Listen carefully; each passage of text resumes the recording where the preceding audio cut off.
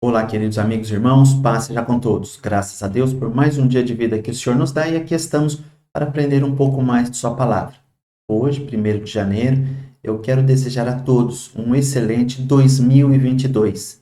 Que o Senhor Jesus possa te ajudar a realizar todos os projetos que você estava guardando no coração para iniciar um novo ciclo, na chegada de um novo ano. Então, hoje você tem a oportunidade de colocar em prática algumas coisas que você tinha planejado. Não que houvesse necessidade de se aguardar por este dia, ou pelo dia de amanhã para alguns, porque o ano não começa no dia 1º.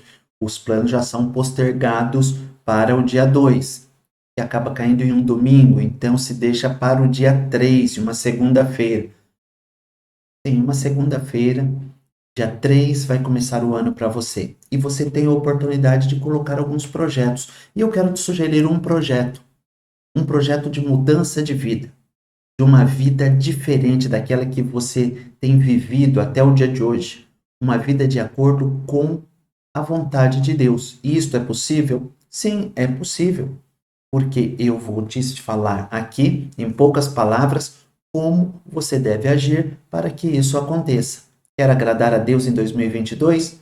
Perfeito, estamos em sintonia. Depois desta oração, você vai ouvir o que Jesus disse que deveríamos fazer para agradar a Deus em 2022. E se você quer ouvir a voz de Deus ouvir de maneira audível, é estranho, não é? Se você quer ter a voz de Deus de modo audível e não apenas aquela que fala lá no teu coração, você também vai ouvir aqui. Antes, como eu já disse, vamos fazer uma breve oração. Querido Deus, nós te agradecemos por esta oportunidade que o Senhor nos concede e te pedimos graça. Queremos ouvir a tua voz, queremos fazer a tua vontade, queremos levar alegria ao teu coração, porque sabemos que a tua alegria também é a nossa alegria. Nos dê força e a tua paz. Abençoa todos aqueles que estão me ouvindo, Senhor, e dá-lhes um ano abençoadíssimo. É o meu pedido em nome de Jesus. Amém. Prosseguindo a nossa aula, veremos a segunda parte do capítulo 5 do Evangelho de Jesus Cristo, segundo nos relatou São Mateus. E veremos o seguinte: uma introdução, a função dos filhos de Deus, mudanças nos ensinamentos após a vinda de Jesus a esta terra e uma conclusão. Introdução. Mateus relata neste primeiro grande discurso de Jesus qual a função dos filhos de Deus. Também é apresentada uma nova interpretação dos antigos ensinamentos do Velho Testamento e das tradições transmitidas verbalmente pelos judeus. Nós veremos aqui a sequência do primeiro grande discurso que Jesus fez, levando aos seus discípulos e também àqueles que o queriam ouvir as boas novas do reino dos céus. Sim, veremos alguns ensinamentos que entraram em conflito a princípio, pelo menos na mente de alguns que o ouviam, com aquilo que eles tinham aprendido. Jesus trouxe alguns ensinamentos que, embora não diferentes, causaram muita estranheza àquelas pessoas.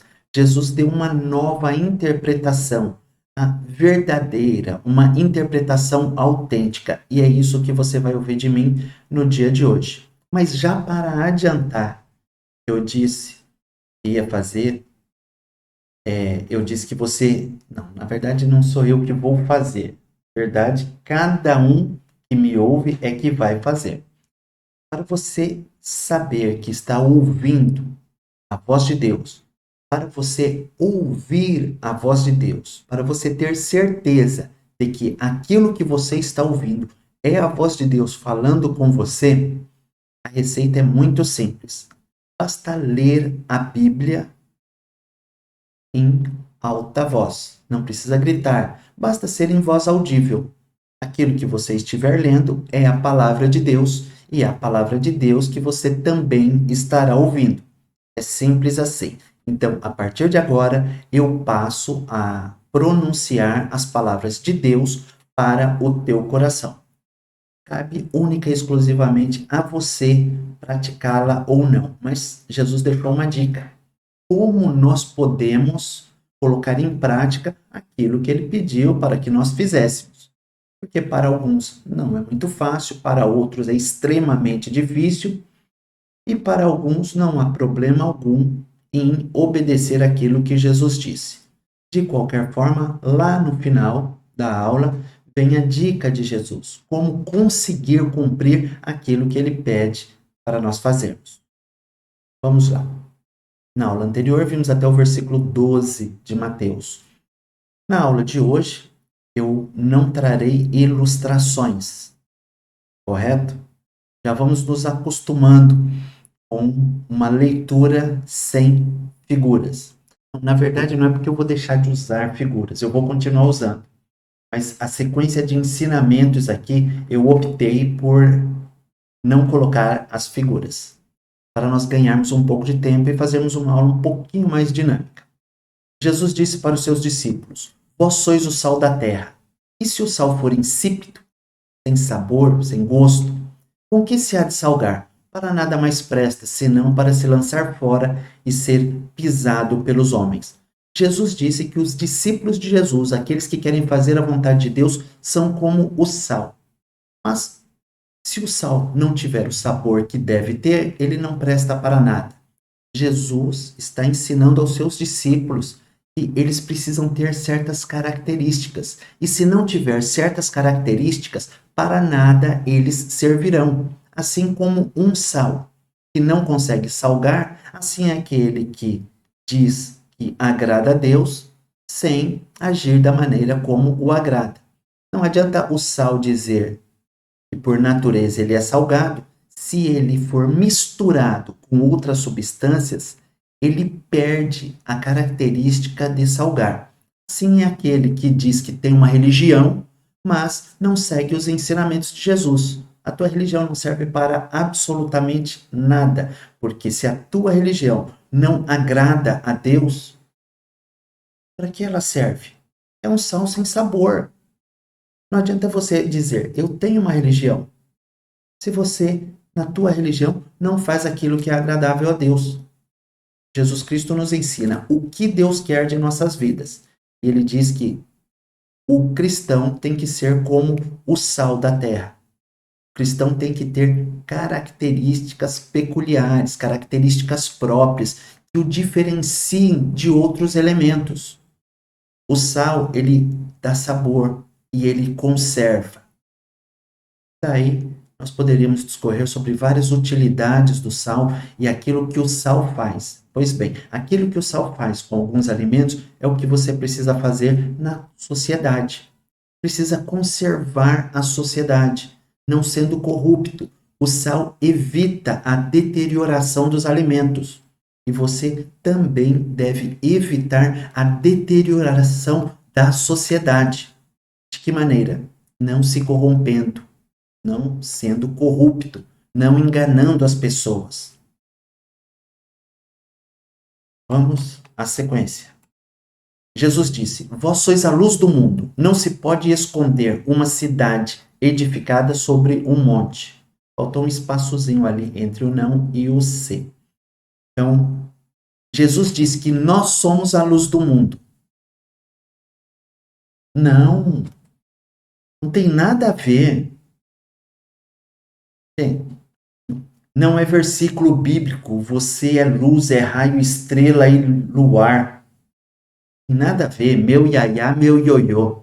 Isso não é versículo da Bíblia, gente. Você é luz, é raio, estrela e luar. Meu iaiá, meu ioiô. Isso não tem na Bíblia. E nem foi baseado no que Jesus disse. Ivando não é nome de salmista. Salmista, Davi, Asaf, tem Salmo de Moisés. Quando não foi salmista. E este versículo não está na Bíblia. Jesus disse que nós somos luz, nós somos uma luz do mundo. O que faz uma luz? Uma luz brilha. Uma luz, muitas vezes, ela é refletida. Muitas vezes, Vamos dar um exemplo. A lua. A lua nós sabemos que não tem luz própria. A luz reflete. A lua reflete a luz que vem do sol. Jesus disse que nós somos luzes. Mas nós temos luz em nós mesmos. Se nós tivermos Cristo, nós teremos luz também. Nossa luz vai ser a luz de Cristo. E como nós podemos refletir a luz de Cristo? Simples, agindo da maneira como ele pediu para que nós agíssemos. E como é esta maneira, nós vamos ver daqui a pouco. Então, Jesus disse que ele é a luz que veio ao mundo. Evangelho segundo São João, capítulo 8, versículo 12. Falou-lhes, pois, Jesus outra vez, dizendo: Eu sou a luz do mundo. Quem me segue não andará em trevas, mas terá a luz da vida. Você pode ter a luz da vida, basta seguir as orientações de Jesus. E as orientações de Jesus não são pesadas, não são impossíveis de serem seguidas. Ele vai dizer lá na frente, na verdade ele já disse, eu é que coloquei mais na frente da aula, como nós devemos fazer para conseguirmos atingir a vontade de Jesus. Então, não se pode esconder uma cidade edificada sobre um monte. Se você for luz, essa tua luz vai irradiar, vai iluminar, vai levar claridade onde há trevas. E uma luz não pode ficar escondida. Você não foi feito para ficar escondido, não foi feito para se esconder. Você nasceu para brilhar. Jesus prossegue dizendo: Vós sois a luz do mundo, não se pode esconder uma cidade edificada sobre um monte. E complementa: Nem se acende a candeia e se coloca debaixo do alqueire, mas no velador, e dá luz a todos que estão na casa. E Jesus está completando a ideia do versículo 14 no versículo 15, dizendo que uma luz tem que ficar no local adequado. Não se acende uma candeia, não se acende uma lamparina e se coloca debaixo de um alqueire, uma bacia, geralmente de madeira, que servia como medida para alimentos e também para outros produtos secos. Então, alqueire era vasilha que servia para medir. Era uma unidade de medida, um alqueire, mas também aquele objeto que servia para contê-los. Ficou claro? Alqueire é como uma tigela de madeira. Tudo bem? Então, não se acende uma lamparina e se coloca debaixo de um alqueire, mas no velador, em um local de destaque, para que dê luz. Então, Jesus está dizendo que assim resplandeça a vossa luz diante dos homens, para que vejam as vossas boas obras e glorifiquem o vosso Pai que está nos céus. Jesus quer que as tuas obras sejam vistas pelos homens. Mas Jesus não disse que o que fizesse a nossa mão direita não poderia saber a esquerda? Se é para você aparecer e para você se gloriar naquela boa ação que você fez, não. Vou explicar. As tuas boas obras têm que ser feitas e têm que serem vistas para que o vosso Pai, nosso Pai celestial, seja glorificado. Se você faz boas obras, você tem que mostrar essas boas obras. Elas têm que ser vistas. Não faça boas obras de maneira escondida. Faça boas obras para que sirva de incentivo que outras pessoas façam. Mas o objetivo de que as outras pessoas vejam é para que o teu Pai celestial seja glorificado. Para que as pessoas glorifiquem a Deus e se sintam estimuladas, incentivadas a praticar boas obras também. Porque se você praticar boas obras e não virem as tuas boas obras, como seguirão o teu exemplo? Como vão glorificar a Deus por aquilo que você fez? Como que vão ver a tua fé através da tua obra? E como se vê a fé de alguém através da obra? Quando alguém coloca a mão no bolso e tira uma quantia para ajudar uma pessoa, é um dos maiores sinais de fé da face da terra. Porque disseram alguns que o órgão mais sensível do corpo humano não são olhos, não é o estômago, mas é o bolso. Então, quando uma pessoa coloca a mão no bolso para ajudar alguém, é uma obra tremenda e o nome de Deus é glorificado. Agora, se você falar, não, eu fiz aquilo porque eu sou uma pessoa diferente das demais, eu me importo com os pobres, com os necessitados. Se você quiser glória para ti, meu amigo, não tem nada para receber lá no céu, tá bom? Tua conta com Deus está zerada e você deu um péssimo exemplo do que deveria fazer. Prosseguindo. Não cuideis que vim destruir a lei ou os profetas. Jesus estava se dirigindo aqui a um grupo de judeus e alguns religiosos, juntamente com seus discípulos e uma multidão. Alguns que estavam lá simplesmente por estar, não tinham interesse, senão que eram curiosos, sim, para saber o que estava acontecendo, quem era aquele homem que reunia tanta multidão após ele. Então Jesus está dizendo, eu não vim destruir a lei e os profetas, eu não vim mudar aquilo que foi dito anteriormente, não. Eu não vim abrogar, não vim anular, eu não vim para deixar de cumprir a partir de agora. Eu vim cumprir o que está escrito. Porque em verdade vos digo que até que o céu e a terra passem, nem um jota ou iota ou um tio seu me tirar da lei sem que tudo seja cumprido. Jesus não veio destruir o Antigo Testamento. Jesus Cristo veio mostrar como que Deus queria que realmente fosse seguido o Antigo Testamento. Qual a verdadeira intenção dos mandamentos de Deus? Será que Deus não quer que as pessoas se matem? Sim, por óbvio, Deus não quer que as pessoas se matem. Mas será que é só isso? Não, Deus não queria que as pessoas se matassem, nem quer que as pessoas se matem. Só que quer um pouco mais que isso. E nós vamos ver o que Jesus disse acerca disso. Jesus disse, porque vos digo que se a vossa justiça não exceder, não for superior à justiça dos escribas e fariseus, de modo nenhum entrareis no reino dos céus. Jesus está dizendo aqui o seguinte, está vendo essas pessoas que se dizem religiosas? Vocês têm que ser melhores do que elas. Elas fazem de aparência, vocês têm que fazer de coração. Eu vou ser bastante rápido nos ensinamentos que Jesus transmitiu aqui e vou procurar trazer para você com palavras que sejam fáceis de entender e aplicáveis ao teu dia a dia. Jesus disse, ouvistes que foi dito aos antigos, não matarás, mas qualquer que matar será réu de juízo. Jesus disse o seguinte, está escrito que vocês não devem se matar. E se alguém matar outro, vai ser processado e vai ser condenado. Mas Jesus disse, eu quero aumentar uma coisinha neste mandamento. Não é só não matar. Tem algo por trás disso. E eu vou dizer agora.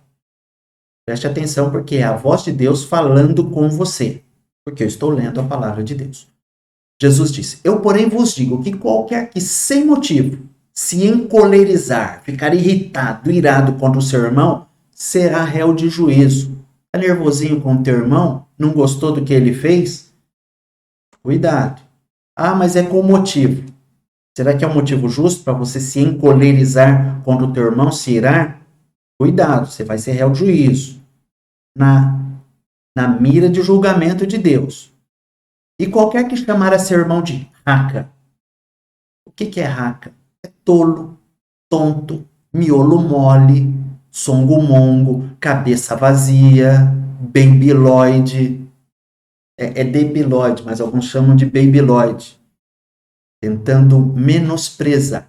Aqui Jesus está dizendo, qualquer um que chamar o seu irmão de cabeça vazia, cabeça oca, vai ser réu do sinédrio, vai receber um julgamento. E qualquer que lhe chamar de louco, será réu do fogo do inferno. Então, não chame mais os teus irmãos de miolo mole e nem de louco, porque senão tem um juízo te esperando. Jesus também traz um outro ensinamento aqui. Portanto, se trouxeres a tua oferta ao altar, e aí te lembrares de que teu irmão tem alguma coisa contra ti, deixa ali diante do altar a tua oferta e vai reconciliar-te primeiro com teu irmão. E depois vem e apresenta a tua oferta. O que Jesus está dizendo aqui? Meu amigo, você vai orar depois de ter brigado com o teu irmão, com a tua esposa, com o teu marido, com o teu filho, Jesus está dizendo, se acerta aí primeiro, porque senão Deus não vai ouvir a tua oração. Exatamente. Se você tem algo para dar para Deus, algo para fazer para Deus, primeiro acerte o teu relacionamento pessoal e depois vai fazer alguma coisa para Deus, porque Deus não vai querer te aceitar. Não é que não vai querer te aceitar, não vai te aceitar mesmo. Bom, como assim? Deus não vai fazer assim para você, para trás de mim, Satanás. Mas ele vai dizer: "Não, vai primeiro se acertar. Ah, Jesus, mas a culpa foi dele. Ele não quer saber de quem foi a culpa. Vai e se acerta. Ué, a aula não é para falar de uma maneira clara os ensinamentos de Jesus? Eu estou falando aqui de oferta, de altar. Sim, Jesus falou isso porque era a linguagem que as pessoas entendiam, era um linguajar que as pessoas estavam acostumados. E o que você está acostumado? É o que eu estou te dizendo agora. Meu amigo, tá de briguinha com alguém? Se acerta primeiro com ele, senão você está mal com Deus. Jesus continua: concilia-te depressa com o teu adversário enquanto estás no caminho com ele, para que não aconteça que o adversário te entregue ao juiz e o juiz te entregue ao oficial e te encerrem na prisão. Em verdade te digo que de maneira nenhuma, de jeito nenhum, sairás dali enquanto não pagares o último ceitil, o último centavo, até que você pague tudo. Jesus está dizendo o seguinte: procure andar em paz com todas as pessoas. Procura se acertar, porque você pode ser a pessoa que não entendeu corretamente e está fazendo a coisa errada. Então, faça amizade logo com esse teu adversário. Se ele não quiser fazer com você, o problema é dele, mas faça amizade logo. Não seja uma pessoa briguenta. Não queira levar tudo a ferro e fogo. Não, fez isso comigo, então agora tem que aprender. Não faz isso. O errado pode ser você. E se for você, você está o quê? Está em uma situação muito delicada com Deus. Em outras palavras, está lascado com Deus. Está azarado. Você vai se dar mal com Deus. E não brinque. Passar para a eternidade desse jeito não é uma boa coisa. Ouvistes que foi dito aos antigos: não cometerás adultério.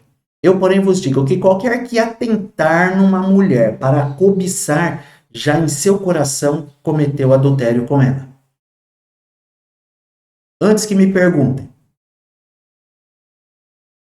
cometer o adultério e pensar em cometer o adultério é a mesma coisa? É a mesma coisa. Ah, então o quê? Se não tem diferença, então não. Dizem alguns: se você está no inferno, abraça o capeta. Não faça isso. As consequências são diferentes. Vou explicar esse versículo com muita calma e quero ter certeza que todos compreenderam. Vamos lá. Imagine que você tem um paralelepípedo e uma pedrinha de brita. Se você jogar os dois em uma lagoa, o que acontece? Os dois vão para o fundo da lagoa. É nesse aspecto que eu quero chamar a atenção de vocês. Mas as consequências, os resultados de um ato é diferente do outro. Enquanto um paralelepípedo vai causar um deslocamento maior de água, uma pedra vai causar um deslocamento menor. As consequências de um ato de adultério praticado e de uma intenção de adultério praticada, de certa forma, algumas consequências são diferentes. Sim. Por outro lado, alguns resultados finais são idênticos. Os dois são suficientes para lançar alguém no inferno. Tanto a intenção, tanto a cobiça, quanto o ato cometido. Mas as consequências são diferentes. Exemplo: ninguém fica grávido do pensamento. E se cometer o ato propriamente, pode ocorrer a gravidez. Mas aqui Jesus está dizendo de um processo de cobiça. Não está se referindo àquele pensamento maligno que o diabo lança na cabeça e, por alguma fração de segundo, aquilo passa na tua mente. Não. Jesus está dizendo que aquele que atentar. Olha só, vamos usar esta palavra. Atentar. Embora não se possa fazer isso com todas as palavras, há necessidade de uma interpretação e de se compreender em que contexto aquilo está inserido, mas atentar, prestar atenção, estar atento, não é aquela visualizada superficial. Ora, se um homem olha para uma mulher seminua, corre o risco de vir algum pensamento desse tipo à sua mente. Por isso a Bíblia diz que você não deve colocar coisa má diante dos teus olhos, porque senão os pensamentos eles surgem. Isto é uma aula, então nas aulas nós aprendemos. O que nós devemos fazer? Primeiro, evitar olhar. Se você sabe que ali tem alguma coisa que vai despertar algum interesse em você, fuja daquilo. É o que Jesus ensina mais para frente, daqui a pouquinho nós veremos. Jesus está dizendo aqui o seguinte: aquele que ficar prestando atenção e começar a desenvolver um processo de desejo de estar com aquela mulher que não é a sua, isso é o mesmo aos olhos de Deus que o próprio ato de adultério. Então, Jesus quer que você não somente não adultere, quer que você não fique pensando em adultério. Porque o ato de adultério, ele não surge do nada. Ele surge dos pensamentos. Jesus quer cortar o mal pela raiz. Olha como que Jesus é inteligente. O homem mais inteligente do mundo, do universo. Ele está te ajudando a não cair em alguns pecados, a não incorrer em alguns erros. Jesus está cortando o mal pela raiz. Jesus está parando o carro no início da ladeira. Porque depois que o carro adquiriu uma certa velocidade, tentar brecá-lo é missão impossível. Prosseguindo. Portanto, se o teu olho direito te escandalizar, arranca-o e atira-o para longe de ti, pois te é melhor que se perca um dos teus membros do que todo o teu corpo seja lançado no inferno. E se a tua mão direita te escandalizar, corta e atira para longe de ti, porque te é melhor que um dos teus membros se perca do que todo o teu corpo seja lançado no inferno. Jesus está dizendo aqui, não é para você cortar a tua mão, nem cortar o teu pé. Jesus está dizendo que se alguma coisa que você faz te leva a pecar, pare de fazer aquilo. Se você tem por costume assistir alguma coisa e aquilo te leva a ter maus pensamentos e a pecar, pare de fazer aquilo. Se o teu trabalho te faz pecar, mude de emprego. Jesus está dando aqui uma solução drástica. Falou, não importa o que vocês façam, se aquilo que vocês fazem te levam ao erro, parem de fazer aquilo, ainda que seja a tua mão direita ou o teu pé direito. Ficou claro? Se algo te faz errar, é melhor abrir mão daquilo e ir para o céu. Também foi dito, qualquer que deixar sua mulher, que lhe dê carta de desquite ou de divórcio. Eu, porém, vos digo que qualquer que repudiar, que rejeitar sua mulher, a não ser por causa da prostituição, faz que ela cometa adultério. E qualquer que casar com a repudiada, com aquela que foi rejeitada, comete adultério. Jesus está dizendo assim, Deus não é Deus de divórcio. Deus não se agrada do divórcio. Mas Deus abre uma exceção aqui para os judeus da época. Se alguém quisesse divorciar, que dê carta de divórcio. Pode divorciar? Pode. Não é o propósito de Deus. Mas é permitido? É permitido. É tolerável por Deus. Deus não quer, mas se quiser se separar, se separe. Pode casar de novo? Jesus está dizendo aqui que só se for por causa da prostituição. De que maneira? O marido pode largar a esposa se a esposa se prostituir? Jesus está dizendo que sim, pode largar e pode se casar com outra. Mas pode perdoar também. É o desejo de Deus o perdão. O divórcio é a consequência de um acidente de percurso, que cabe à parte ofendida reparar, perdoando, que é o que Deus quer. Então, é dessa forma. Ou a mulher pode deixar o homem e se casar com outro se o homem adulterar. Mas é só nessa situação? Jesus disse só nessa situação. Este rol é taxativo ou exemplificativo? Ou seja, Jesus deu um exemplo ou disse que era única e exclusivamente nessa situação? Eu tenho uma opinião e vou dar aqui.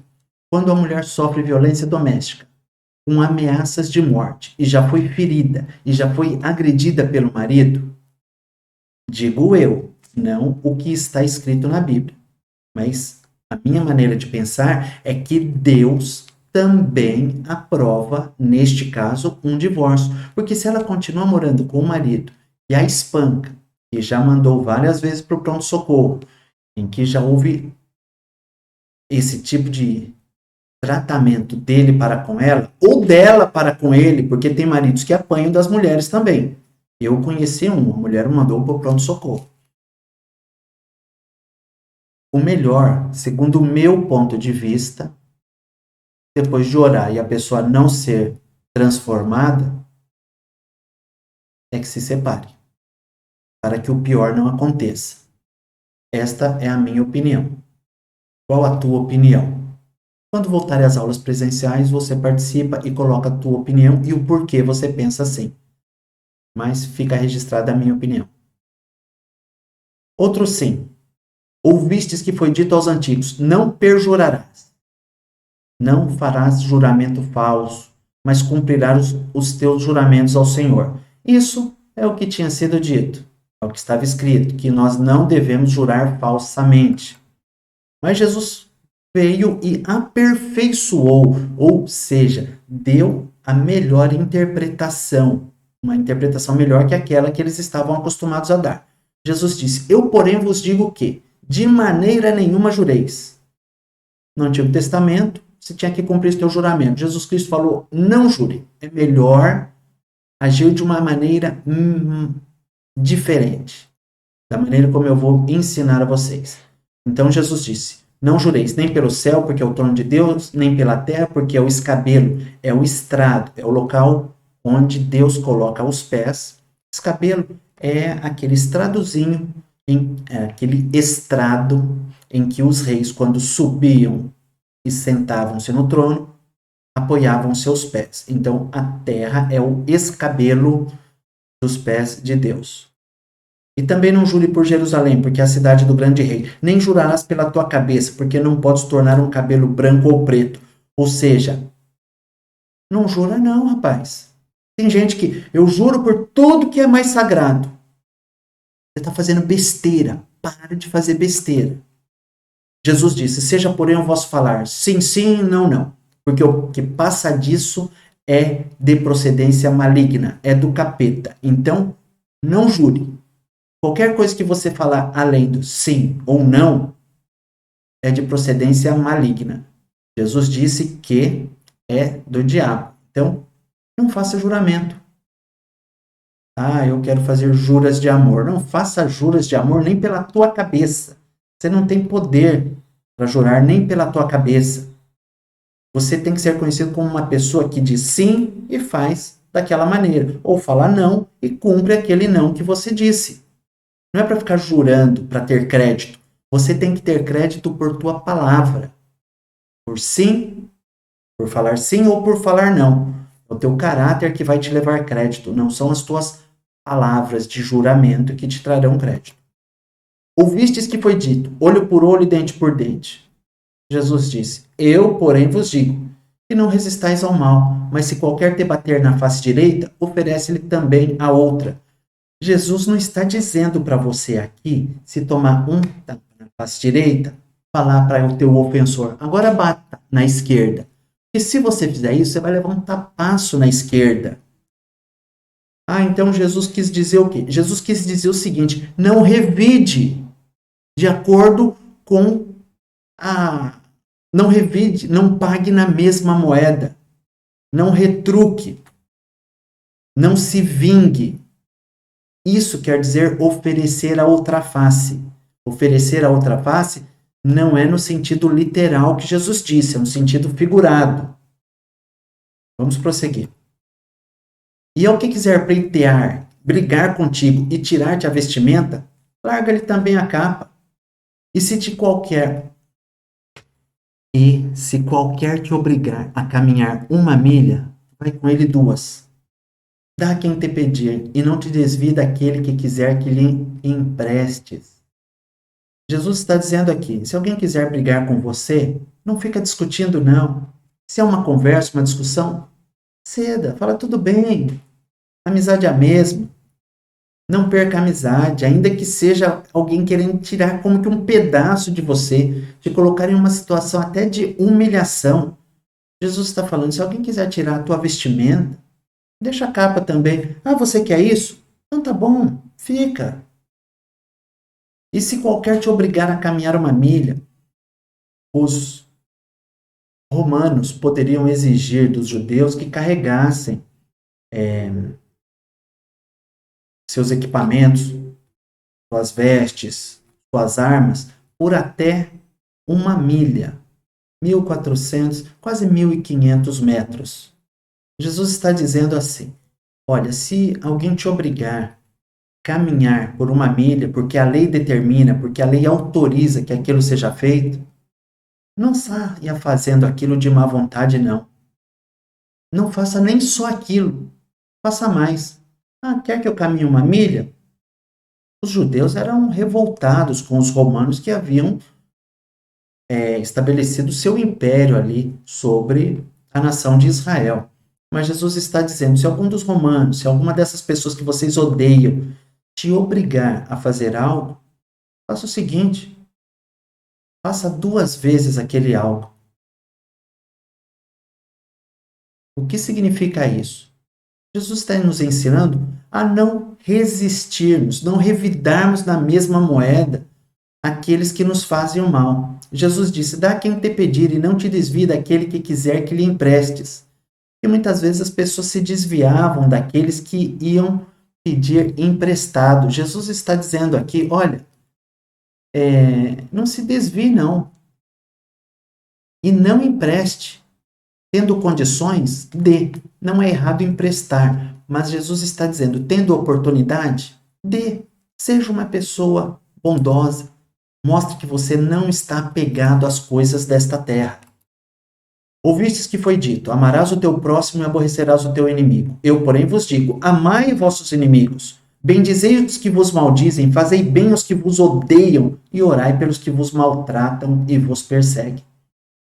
Não está escrito, aborrecerás o teu inimigo. A Bíblia diz, amarás o teu próximo. E de onde veio aborrecerás o teu inimigo? Veio dos próprios judeus. Aquilo passou de geração a geração através da tradição oral. Os judeus diziam, ame o teu próximo, mas aborreça o teu inimigo. E muitas vezes as pessoas acabam trazendo como se fosse a palavra de Deus, mas na verdade aquilo é uma tradição. É algo que ela ouviu lá atrás e tomou aquilo por verdade. Está errado. Não é a palavra de Deus. Jesus disse aqui, vocês ouviram o que foi dito. Foi dito, mas não estava escrito que era para aborrecer o inimigo. Mas era a ideia que havia naquelas pessoas. Amo o meu próximo e aborreço o inimigo. Jesus falou, não, vocês têm que amar os inimigos. E como que se ama os inimigos? Não os tratando da maneira como eles nos tratam. É dessa forma. Ele não fica falando mal do teu inimigo, é feio. Jesus está dizendo, abençoe essas pessoas. E orem por elas, até pelas que te maltratam e te perseguem. Você tem sido perseguido no serviço, em casa, na escola? Ore por essas pessoas e não as trate como elas têm te tratado. E por que você deve agir desse jeito? Jesus responde, para que sejais filhos do Pai que está nos céus, porque faz que o seu sol se levante sobre maus e bons e a chuva desça sobre justos e injustos. Jesus está dizendo, faça isso que eu estou mandando, se vocês quiserem ser filhos de Deus. Se não quiserem, Jesus não disse isso, mas nós podemos entender que foi a mesma coisa. O problema é de vocês. Vocês querem ser filhos de Deus? façam o que eu estou ensinando. Não quer fazer? Vocês são filhos do diabo. Não, Jesus não disse isso nessa passagem, mas disse que se alguém fizer o que ele está ensinando é filho de Deus. E quem não é filho de Deus é filho do quê? Prosseguindo para o final. E aí Jesus tenta convencer os seus ouvintes do motivo pelo qual eles têm que agir daquela maneira, para que sejam tidos por filhos de Deus. E ele diz: pois se amares e amardes os que vos amam, que galardão, que recompensa tereis? Não fazem os publicanos, os cobradores de impostos, os corruptos? Aqui Jesus dizia publicanos e os judeus entendiam os safados dos fiscais de Roma que vivem nos cobrando os impostos acima do que é justo. Jesus está dizendo: se vocês amarem os que vos amam, os publicanos, aqueles que vocês consideram como a escória da sociedade, a pior espécie de ser humano, eles também amam aqueles que os amam. E se vocês saudarem, se vocês cumprimentarem unicamente os vossos irmãos, que fazeis demais? Os pecadores, os depravados, os fiscais corruptos também fazem assim. Jesus está dizendo: não, vocês têm que ser melhor que eles. Vocês têm que ser perfeitos, como é perfeito o vosso Pai que está nos céus. Aqui Jesus jogou uma responsabilidade tremenda sobre cada um de nós.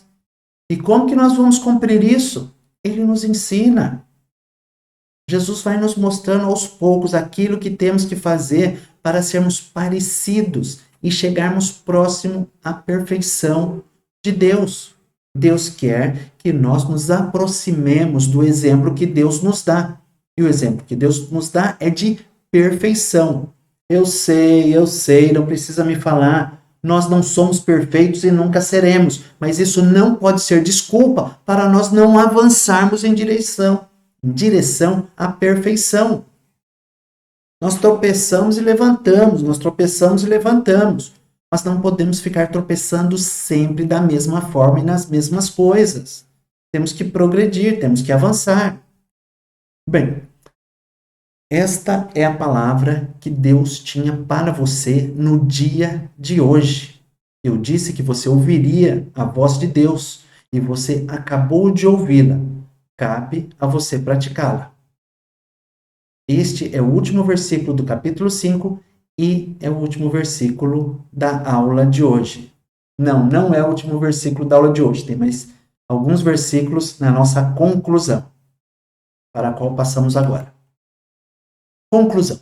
A interpretação que Jesus trouxe aos ensinamentos divinos causou polêmica. Sim, o ensinamento sobre amar os inimigos, sobre não adulterar, sobre não cobiçar,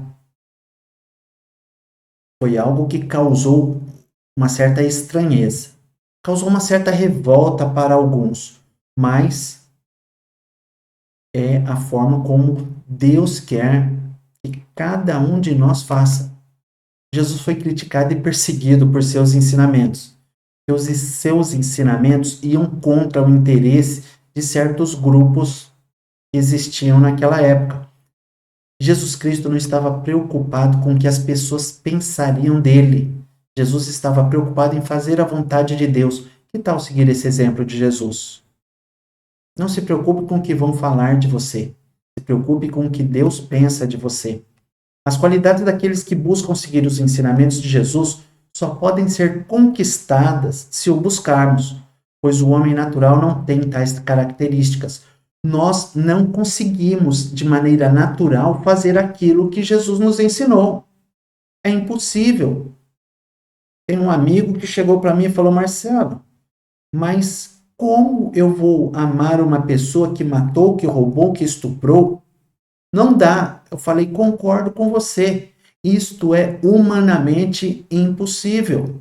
A vontade que o homem natural tem é de pegar uma faca e cortar pedacinho por pedacinho. Sim, o homem natural tem vontade de fazer isso, mantendo a pessoa viva até o último pedaço que for tirado dela. Misericórdia, irmão. Estou falando, calma, eu estou falando o homem natural, o homem sem Cristo. Mas quando o homem deixa o Espírito Santo de Deus entrar em seu coração, ele começa a olhar as pessoas e as situações com o olhar que Deus olha para aquela situação. Deus não manda um raio na cabeça de todo aquele que comete um pecado ou comete um crime imediatamente. Deus não faz isso. Deus tem misericórdia, Deus tem compaixão. E se você não consegue compreender, parabéns, bem-vindo ao clube. Eu também não consigo compreender, mas eu sei que é assim. Como que você vai perdoar uma pessoa que matou um ente querido teu, que estuprou alguém da tua família? É impossível ao homem, mas Deus não destrói aquela vida, porque o amor de Deus por aquela vida que cometeu um ato terrível é muito grande. E com base nisso que eu estou te falando, agora tome para você. O amor que Deus tem por você é o mesmo amor que ele tem quando não destrói uma pessoa que cometeu algo terrível. Você pode ter cometido muitas coisas terríveis e Deus não te destruiu. E não te destruiu por um motivo, porque ele te ama. Eu não compreendo o amor de Deus. Eu aceito o amor de Deus para a minha vida, porque vai além da nossa capacidade de compreensão. É um amor que nós não conseguimos expressar com palavras, mas é um amor que nós sentimos, é um amor que nós recebemos, é um amor que nos faz distanciar do pecado, é um amor que nos dá força para resistirmos ao pecado. E como nós podemos fazer para agir da maneira como Deus quer? Eu disse que falaria e agora, nos últimos versículos, encerro a aula trazendo para vocês o seguinte. Palavras de Jesus. Olha só, palavra de Deus novamente. Quer ouvir a palavra de Deus? Quer ouvir a palavra de Deus? Quer saber o que Deus pensa sobre você? Está aqui. Eu vou ler a Bíblia e você vai ouvir. E tendo a oportunidade, ler também. Deus disse para você, através de seu Filho Jesus: Vinde a mim todos os que estáis cansados e oprimidos e angustiados, e eu vos aliviarei. Tomai sobre vós o meu jugo e aprendei de mim, que sou manso e humilde de coração, e encontrareis descanso para as vossas almas. A vossa alma, para as vossas almas, em outra tradução. Porque o meu jugo é suave e o meu fardo é leve. O fardo de Jesus, o peso de Jesus, os mandamentos de Jesus são leves. Se você decidir segui-lo, tudo se baseia em algo bastante simples, que é uma decisão da tua parte. Se você decidir entregar a tua vida a Ele, dedicar-se a Ele, você vai ter dado o maior passo da tua vida em direção à perfeição, que você não vai atingir nesta terra, mas atingirá quando sair daqui. É a promessa de Jesus. Jesus promete te colocar um fardo leve sobre as costas. Sim, um fardo muito leve sobre as costas. E tirar o fardo do pesado, das culpas que você carrega. Aceite, decida-se por Cristo, seja feliz, porque isso vai te dar forças para fazer a vontade dele. É o que tínhamos para hoje. Deus abençoe. Como já disse, um ótimo 2022 para todos e até a próxima aula. Fiquem com Deus.